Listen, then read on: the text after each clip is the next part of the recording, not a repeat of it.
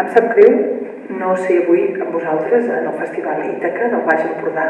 i parlant d'aquests nous referents socials, ajudant-nos mútuament per encoratjar-nos per poder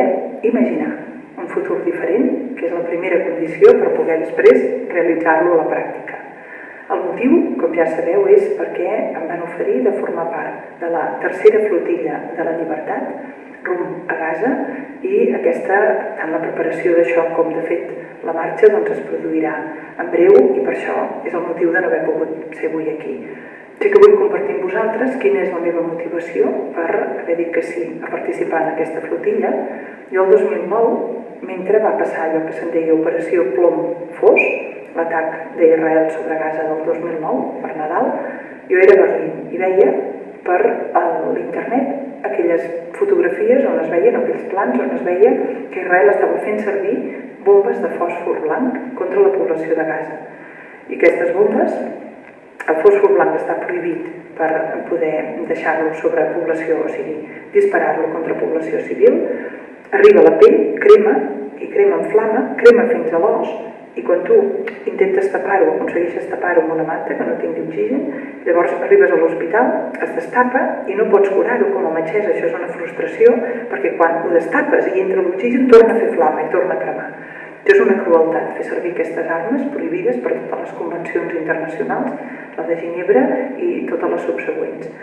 Aquest va ser un impacte fort que vaig tenir. Vaig esperar una reacció de la comunitat internacional i n'hi va haver retòrica, com acostuma a passar, però no hi ha hagut cap sanció efectiva contra Israel pel fet d'haver utilitzat i haver violat amb l'utilització del fòsfor blanc aquestes lleis. A Berlín també vaig tenir ocasió, un parell d'anys més tard, crec que va ser el 2011, de veure una exposició que, si teniu ocasió de veure-la, la recomano. També hi ha una pàgina web on es pot fer-te la idea d'aquesta exposició. L'exposició es diu, en anglès, Breaking the Silence, trencant el silenci. I és una exposició feta per soldats israelians que han estat fent el servei militar, que com sabeu és obligatori, en zones ocupades. I en aquestes zones han tingut experiències que en el moment les han viscut diferentment, alguns han sentit crític des del principi, d'altres no, s'hi van deixar portar, però ha estat després que algun fet personal els ha fet reflexionar, i són els mateixos soldats israelians que denuncien la manera com en aquest moment l'exèrcit d'Israel està tractant els palestins, bé sigui a Gaza o bé a les zones ocupades de la resta del territori d'Israel. Aquesta també em va fer molt d'impacte, sobretot quan aquests soldats explicaven com n'era de fàcil creuar aquesta ratlla de respecte, o sigui,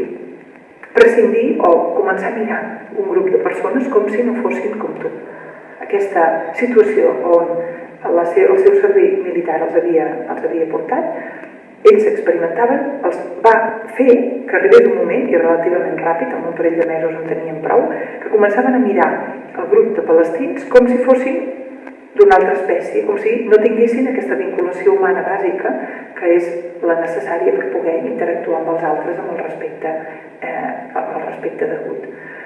Aquesta va ser un altre moment d'impacte per mi, i llavors, ja preparant aquesta participació a la flotilla, he tingut ocasió de llegir, ja ho vaig fer l'any passat, l'informe, que també recomano, informe del Centre de l'AS per Estudis per la Pau, informe 2014, amb el títol de l'ocupació com a negoci. Potser diu les armes, la protecció, o sigui, guerra, seguretat i ocupació com a negoci, el títol. I aquí la sorpresa va ser no només descobrir que hi havia venda d'armes d'Espanya cap a Israel, que això ja se sabia, sinó sobretot entendre una mica millor que la indústria armamentística d'Israel, 3/4 parts són per l'exportació,